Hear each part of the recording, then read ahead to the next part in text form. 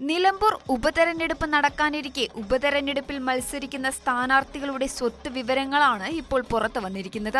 PV അൻവറിന് 52.21 കോടി രൂപയുടെ ആസ്തിയും 20.60 കോടി രൂപയുടെ കടബാധ്യതയുമുണ്ട് എന്നാണ് നാമനിർദ്ദേശ പത്രികയ്ക്കൊപ്പം സമർപ്പിച്ച സത്യവാങ്മൂലത്തിൽ പറയുന്നത്. അൻവറിന്റെ കൈവശമുള്ളത് 25,000 രൂപയാണ്.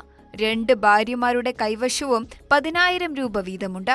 1.06 കോടി രൂപ വില വരുന്ന 150 പവൻ ആഭരണം ഓരോ ഭാര്യമാരുടെ പക്കലുമുണ്ട്.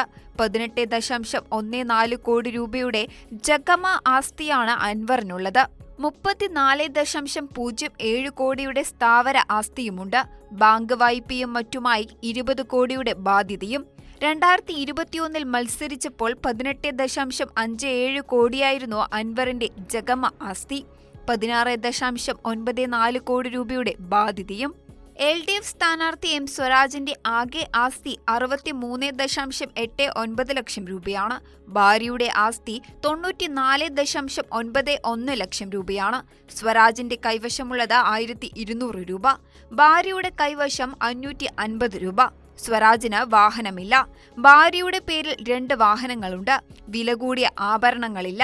ഭാര്യയുടെ കൈവശം 200 ഗ്രാമിന്റെ 18 ലക്ഷം രൂപയുടെ ആഭരണങ്ങളുണ്ട്.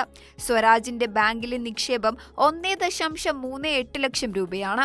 ആകെ ബാധ്യത 9 ലക്ഷവും. ഭാര്യയുടെ പേരിലുള്ള ബാധ്യത 25.46 ലക്ഷമാണ്.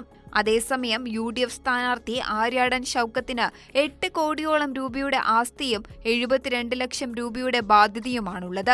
83 ലക്ഷം രൂപയുടെ ജഗമ വസ്തുക്കളും 800 ഗ്രാം സ്വർണവും 4 കോടിയിലധികം രൂപയുടെ സ്ഥാവര വസ്തുക്കളുമുണ്ട് എന്നാണ് സത്യവാങ്മൂലത്തിൽ പറയുന്നത്. അതേസമയം പ്രധാന മുന്നണി സ്ഥാനാർത്ഥികൾക്കാർക്കും അപരശല്യമില്ല. തൃണമൂൽ സ്ഥാനാർത്ഥി PV അൻവറിന് അപരനുണ്ട്. അൻവർ സാദത്ത് എന്നയാളാണ് പത്രിക നൽകിയിട്ടുള്ളത്. ഇയാൾ ചുങ്കത്തറയിലെ കോൺഗ്രസ് പ്രവർത്തകനാണ്. 5-ാം തീയതി വരെ പത്രിക പിൻവലിക്കാൻ സമയമുണ്ട്.